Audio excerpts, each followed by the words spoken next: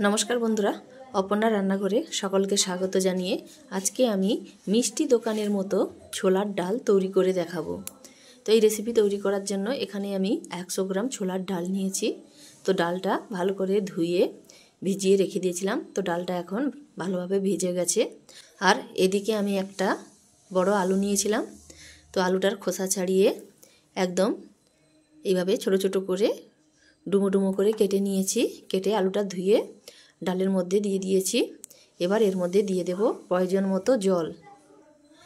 তো প্রয়োজন মতো জল দিয়ে অল্প 1 চিমটি মতো খাবার সোডা, নুন ও হলুদ দিয়ে ডাল ও আলু সেদ্ধ করে নেব। আপনারা চাইলে প্রেসার কুকারের মধ্যেও এটি সেদ্ধ করে নিতে পারেন। তো বন্ধুরা এখানে আমার ডাল ও আলু সেদ্ধ হয়ে গেছে। এবার আমি ডাল ও আলুটাকে একটা গ্লাসে তোলা দিয়ে একটু ডাল আলুটাকে ভেঙে নেব। তো এখানে আমি ডাল ও আলুটা ভেঙে নিয়েছি। তো এখানে ডাল আর আলুটা ভেঙে নিলে ডালটা গাঢ় হয়। তো আপনারা যদি গাঢ় ডাল না পছন্দ করেন তাহলে ডাল আলু ভাঙার দরকার নেই। তো এবার আমি চলে যাব রান্নায়। তো এখানে ওভেনে কড়া বসিয়ে সরষের তেল দিয়ে দিয়েছি। তো তেলটা এখানে গরম হয়ে গেছে। এই তেলের মধ্যে ফোড়ন হিসেবে দিয়ে দেব 5 ফোড়ন, 2টো তেজপাতা, 2টো শুকনো লঙ্কা। এগুলো সব ভাজা হলে এবার এর মধ্যে দেব আদা ও টমেটো কুচি।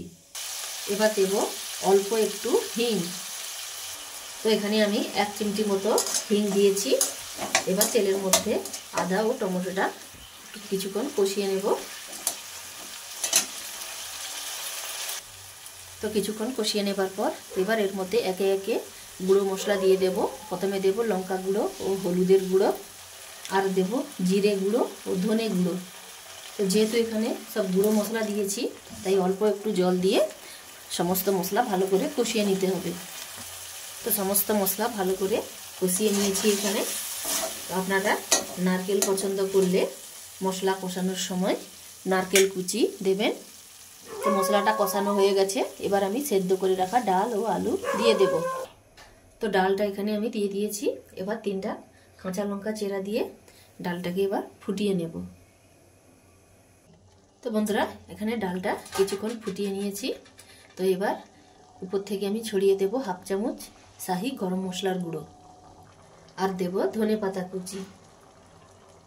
তো এটা মিষ্টি দোকানের মতো বানালেও খেতে কিন্তু মিষ্টি দোকানের থেকেও অনেক সুন্দর। তো আপনারাও এইভাবে বাড়িতে বানিয়ে কেমন হলো অবশ্যই জানাবেন। বন্ধুরা এখানে আমি চিনি মেশাতে ভুলে গেছিলাম। তো এখানে কিন্তু অবশ্যই চিনি মেশাতে হবে। ছোলার ডালে চিনি মেশালে তবে কিন্তু ছোলার ডালটা খেতে ভালো লাগে। তো এখানে আমি 1 চামচ চিনি দিয়ে দেব।